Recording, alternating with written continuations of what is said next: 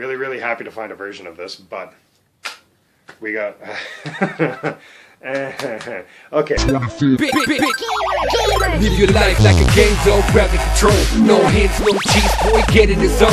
Take a journey to a new world, make it your home. Never fall into the trap, leave the princess alone. So armor up, load up, and come back and start gunning. Look at the bad guys now, they all running. It's a smash button, nothing you can do but ask. Cause in the last dozen, just got a flash, kick that. Cause in the blast wasn't even a pass, the class wasn't. Must be in the game, yeah, you know they love it. Screen buzzing the black and white TV, cause it me, Mark and GT3 need to speak. Cause Atari flash screen on the floor, TV, cause it women in front of the screen, you gotta scream. Cause I'm about to get up in this game, I got a dream. Cause I'm about to get up in this game. Get in the game, get in the game. Get in the game, get in the game. Get in the game, get in the game. Game over. 24. Okay, so this is just a note for Nate from the Thrift Dwellers. You mentioned that you're not much of a game reviewer, like somebody like myself. Well, I tell you, it's not that difficult, man. It's really simple. Maybe I'll invite you along one of these days. We'll pick out a game and we'll just review it. Have a nice guest reviewer on there for one show. Also, you guys are doing great. Really enjoy what you and Lester are doing. Awesome job. Keep it up. On a second note, we have 64-Bit Matthew has just subscribed to the channel, so I just wanted to say hey. And I've been watching your videos for a little bit now, and I really enjoy what you've been doing. It's really good. Very impressive GameCube collection, so keep up on that, man. That's really sweet. Also, your N64 collection is nothing to laugh at. That's huge. That's really good. Never seen so many boxed N64 games. All the ones I ever find out here, just crappy little like sports titles here and there. Not really worth your time of day, but man, keep up the great work. I can't wait to see your next videos, both of you. So if you haven't seen them and you're watching this, check them out. Really good. 64-Bit Matthew and the Thrift Dwellers. Hey YouTube, it's 24-Bit Game Reviewer here. Just going to give you another pickup video. So this is Pickup Volume 5. I know I haven't put out my review yet, but it's already been written and half recorded, so it should be out by next week, hopefully towards the beginning of the week. Sorry about any glare that's coming in. It's just the time of day that I'm doing this right now. It's the only time I get really busy with work. Anyway, this is a fairly big pickup video, so I just want to get this quickly done. For the most part, I'm not going to do much of an explanation for most of the things in it, but there will be some for everything, like I always do, right? So anyway, here we go, and let's get it started. We've got a Zelda Ocarina of Time guide that we've managed to pick up. This only cost us $4. Always happy to pick up a new Zelda guide, especially one that I don't have, so now I'm only looking for Wind Waker. I think I'm looking for Wind Waker right now. Wind Waker and the original ones, but those are Nintendo Power Magazine. So because I also got Skyward Sword, the limited edition version of it, this one cost us, I think that one was $15. It was a little expensive for what we like to pay for guides, but at the same time, collecting those guides, willing to throw a little bit of extra money into it. Next, for $15, I managed to pick up about 25 Nintendo Power.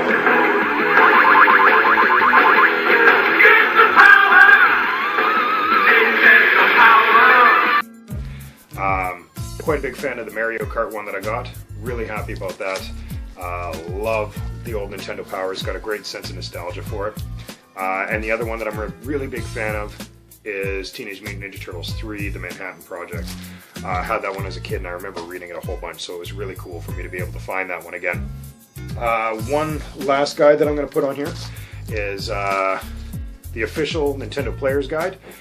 This one is like the quintessential Nintendo guide that you really want to get if you're a Nintendo guide collector at all. This one has great comprehensive reviews, or not reviews, of walkthroughs of all the main games from like the original launches and stuff. Really good one for Metroid. In fact, the best one you can get for Metroid is in that magazine. So I mean, it'll walk you all the way through, show you where absolutely everything is, if that's what you're looking for. So I'm going to kind of go through this in a matter of what I feel is importance, to the best as I can, because I like the older stuff more than I like the newer stuff. So I'm going to kind of plow out through all the new stuff that we managed to get. But for $4, and it's $4 total, we got Dersidia 1 and Dersidia 2. Helps with my Final Fantasy collection. These games aren't too bad. They're fairly decent. It's a different style of gameplay than what I'm used to for fighting games, but definitely really cool nonetheless. Happy to pick those ones up. Next we've got, for the original Xbox, The Warriors. This was another $3 purchase. Coming October 2005.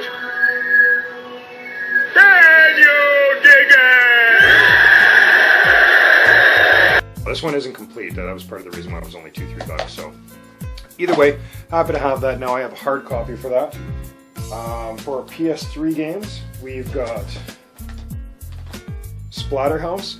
This is one of my all-time favorite games, not the PS3 version, but the original TurboGrafx-16 version, and I'm on a hunt for that game. I can't find it anywhere, but damn it, one of these days I will find a complete version of that game.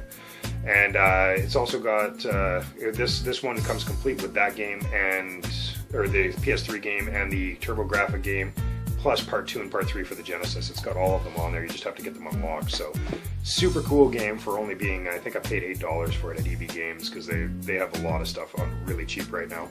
Which, speaking of which, I managed to pick up Heavy Rain, only $11. Awesome game, really like crime-driven game, very much like LA Noire.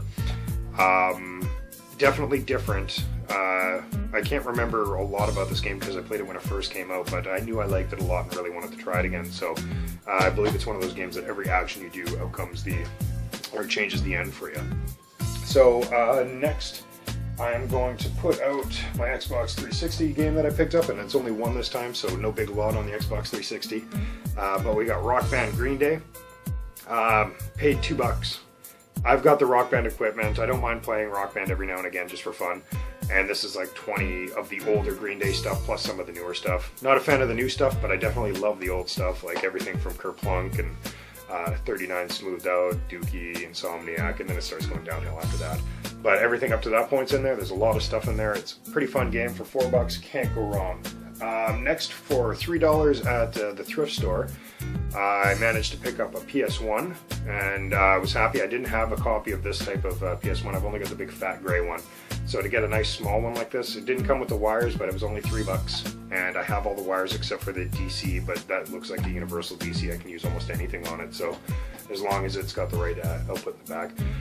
Happy to get that though anyway. And now for $20, I'm going to have to go through this. This was a big lot that I bought off of Kijiji, and this is a total of $20. So I'm going to mention some prices on some of them, but for the most part I'm not going to. It'll just be, this is the game. And we'll start off with A Bug's Life for PS1. Not bad, not what I was looking to get out of this. There is a specific, but anyway, Bug's Life. We got Sewer Shark for Sega CD. If you don't know that game, it's a live action game. It's terrible, but it came with the Sega CD, so nice to have that. We got Formula 1 99. Not a big racing game fan, but again, free, or not free, but like free compared to everything else the one thing that I bought. We got Tengshu. Don't know anything about that game, never played it before. This one I'd never heard of before, but I looked it up and it's got a fairly decent price, and considering I paid $20 for everything, this isn't bad at all. This one's going for, I believe, $50 right now, but it's Time Commando. Never heard of it, and just on the research that I did, it seems to be actually a fairly expensive game. Not exactly sure how to pronounce this, but this is another one that's fairly expensive that was on the list. Akuji, I believe. And this one's going for, I think, $39 right now. And these are all Amazon prices. That's usually what I go through. For my pricing, I choose an outlet that I can actually go and purchase right now without having to hunt after or wait for something. And Amazon usually is that place for the most part. Luki Games is another decent place to kind of price out your games. I'm sure there are better sources too, so. But that's some of the stuff that I found. And by Amazon, I mean Amazon as the company, not as the third-party people coming through. Another one on there, actually I'll do the two of them, but we got Soul Reaver Blood Omen. Doesn't have the book, but it's got the case. That's alright. This one's like a $40 game complete, so I'm sure it's only like $10 without everything. And the other one is Soul Reaver for Legacy of King. This one's going for about $30, so that's not bad at all. Next, Spyro the Dragon, the classic, or collector's edition of it, or the collector's edition of it. I had it when I was a kid, didn't mind it, so it's kind of nice to have it again. Well, not really worth anything. Another one that's not really worth anything is Beyblade. That, again, came with it for it, so whatever. Now, the two that I wanted to get, one wasn't because I used to have it, one was just because I knew it was in the lot, and I know it's worth about $60, $70. That's Alone in the Dark, the third one. It's got a $17.99 price sticker on there, but still, this one's like a fairly expensive game. And considering that wasn't what I actually wanted, this is the one that I really wanted to get out of the lot for, again, $20, so it's cheaper than what you'd have to, or what you'd get anyway. I used to have it, and it got misplaced somewhere down the line, but it is the black box version of Final Fantasy VIII. I've got now every single Final Fantasy black box version, again, because I've had to rebuy this one now. Everything's in good condition, and it's complete. It's got the manual. The discs are fairly decent. Kind of hard to see the PlayStation discs considering they're black, but either way, really happy to get that for only $20 and everything else in the lot. So I mean, even if I trade off the other stuff, it was worth every bit of that for me. Okay, we're gonna do next my Genesis pickups, because this is a very huge multi-platform. First, we've got Alex Kidd and the Enchanted Castle. I didn't know much about the game. I knew I really wanted to try it, and I found it over at Ravens for about $10. Worth at least giving it a shot for $10, and I played it. I like it. It's not bad. I mean, I don't know if it's $10 worth because I only played about 3 levels, but it's not bad in my opinion so far. Next, I know I like the series. I didn't play this one in the series, but I really do enjoy the series. Got the Genesis Wonder Boy and Monster World. Now I've got Wonderland, or in Monsterland, and Wonder Boy 2. So to get the Genesis version of it is really cool. Great game. It's loose, and if you watch my other videos, you know how I feel about loose Genesis games. I just don't get it. But whatever. And final Genesis game that I have been searching for forever, and I'm so happy I found it. And I don't know why it was so difficult to find. This should be an easy game to find. But Beavis and Butthead is so difficult to find in this city. I managed to find one copy of it, and it didn't work properly. So searching around, finally got one. It's not complete, doesn't have the manual, but the game works just fine, and the case. So I can display it off really well. Happy to get that. It's not the same as the Super Nintendo version of it, which I have that version too. The Super Nintendo is more of like a platforming game, whereas this Genesis one is kind of like a point-and-click adventure at some points. Not really, like you move Beavis and Butthead around, but it's in one screen, and it's got a couple little mini games in it. Either way, lots of fun. It's probably the best one out of the lot. The storyline's kind of meh. It's basically just you get guard tickets and they get ripped up into pieces. You got to go find those pieces again. So pretty lame story, but let's face it, it's Beavis and Butthead. What type of story were you expecting? I guarantee you're not going to get Schindler's List out of that. All right.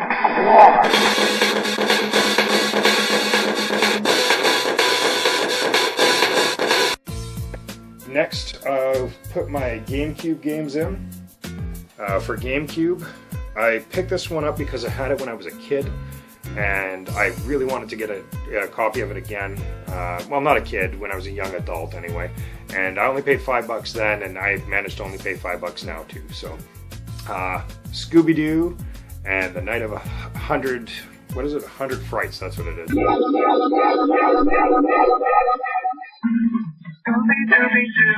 Where are you? This by far is the best Scooby-Doo game I have ever seen. It gives you such the same feel of the TV show, just in game format. It even goes as far to put the laugh tracks in when Scooby's running and stuff. It's a heck of a lot of fun. The voice acting's so good. I urge anybody that's even a remote Scooby-Doo fan, go out and just get this game. It's tons and tons of fun. Next was in the Thirsties. He was selling it for $25. I managed to talk him down to $15, just because I really enjoyed this one. It was probably my favorite one on the GameCube, but Resident Evil 0. I do believe, yeah, this is complete. Discs are in good condition.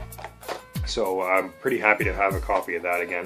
I remember this is kind of like one of the last games that had the original controls, where it wasn't like an over-the-shoulder view. It was actually kind of like a stationed area you just got to walk through and stuff. So a really fun game. I definitely enjoyed it a lot, and pretty happy to have a copy of it again. Next, we got a couple Game Boy games. Well, I guess a lot of Game Boy games if you want to get technical. We've got a 20-in-1 Game Boy game. Now they're all in Japanese, but they do have the English translation of what each game is. So you got like Pion's Dungeon. We got Pokemon Yellow on here. Yeah, Pokemon Yellow on a multi-card. I didn't think they'd put something that big of a game or that big of a name on a multi-card, but it's certainly on there. but it's got like Penguin Land, Battle City, Bomberman, or Bomber Handman, or whatever it's called on here. So this is a decent little find. That one only cost $10. I'm really happy to find a version of this game and been looking for it for a long time. We've got Wario Land, Mario Land 3. If you don't know about this game, this is basically the very first appearance of Wario in a game. I didn't even really know where he came from at this point. Like, I think he may have been in a Virtual Boy game, but I'm pretty sure this came first. It's a good side-scrolling game, lots of fun, and probably one of the best for the Game Boy anyway. So that's something that I've been searching for a heck of a long time, so I'm pretty happy to get that. What are we going to do next here? Why don't we do the Super Nintendo games? Yeah, we'll do the Super Nintendo games for you. There's not too many of those ones.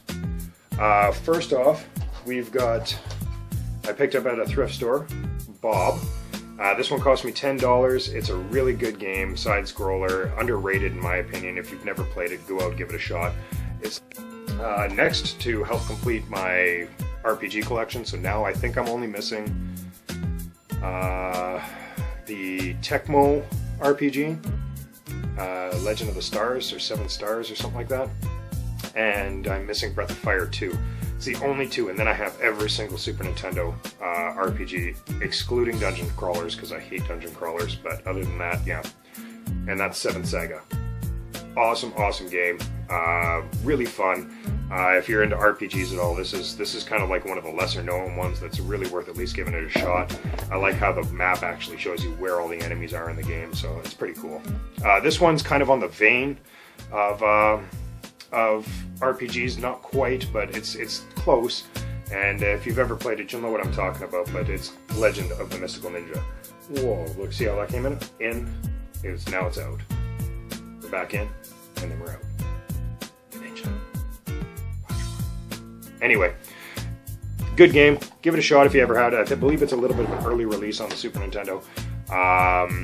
Pretty fun. I don't have much to say about it because I never played it when I was a kid. I actually got it now and have just played it recently, so I definitely like it a lot. Okay, so this is my only Sega Saturn pickup, but again, really happy to pick up anything Sega Saturn. It's a 2-disc game, and this one it's more of a movie that you get to play.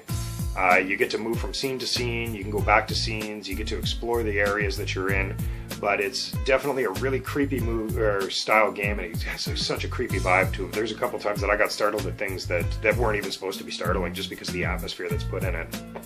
But we got D for the Sega Saturn. Awesome game, and I mean, I can't stress it enough. If you get a chance to try this, give it a shot. It's by standards, graphically, it's not that great, but the feel for this game, the storyline, everything's so gripping that you can't ignore like how much merit this game actually has. Anyway, try this game out if you ever get a chance. Lots and lots and lots of fun. The last little bits that we're going to go through here is just my Nintendo stuff that I've managed to pick up. I'll try to go through it in a matter of like kind of importance because there's a few, and I haven't been picking up a lot of cartridge-based games as of late. It's been mostly like disc-based games. So this helps with my Squaresoft collection because I try and collect every Squaresoft game I can get. But we got Rad Racer 2. I mean, it's just Rad Racer. If you played Rad Racer, it's pretty much the same thing, just different tracks. Kind of cool game. A little bit of fun. It's worth the $5 that I paid for it. Next, a terrible adaptation from the movie, but we got Total Recall, and it's Total Recall. It was really badly acted, but a great action movie. This is a poorly translated game, and not a very great platformer, but you need it for the collection. What else can you say about it, really? It's just not that great of a game. Next is Alien Syndrome. This is a Tengen game. This one was obviously unreleased, or not unreleased. This is obviously a unlicensed game for the Nintendo. But this did come out on the Sega Master System first, and it was definitely a great game for the Sega Master System. If you didn't get a chance to play it on there, here's a chance to play it on Nintendo. Awesome fun, awesome game. Very much like a Smash TV style game. Just rescue the people in the area, then book it out before the time ends, so that way you manage to survive and they make it to the next level. Next on the list we have Willow, another movie to game adaptation, which is actually a good one. It's a little unfortunate that we got the writing here, but a little magic eraser will just take that off in seconds and get it all cleaned up. And that's a tip for anybody out there. You need to clean up your Nintendo games because they have marker on them, which, let's face it, is a very common thing. Just grab a magic eraser, the Mr. Clean thing, put a tiny bit of water, wring it out, and just wash it off. It'll take all your marker off almost instantly. Don't use it on the labels, just use it on the gray parts of the cart. You'll have no problem. Don't let it be too wet either, because you don't want to get water into the system itself, or into the games itself.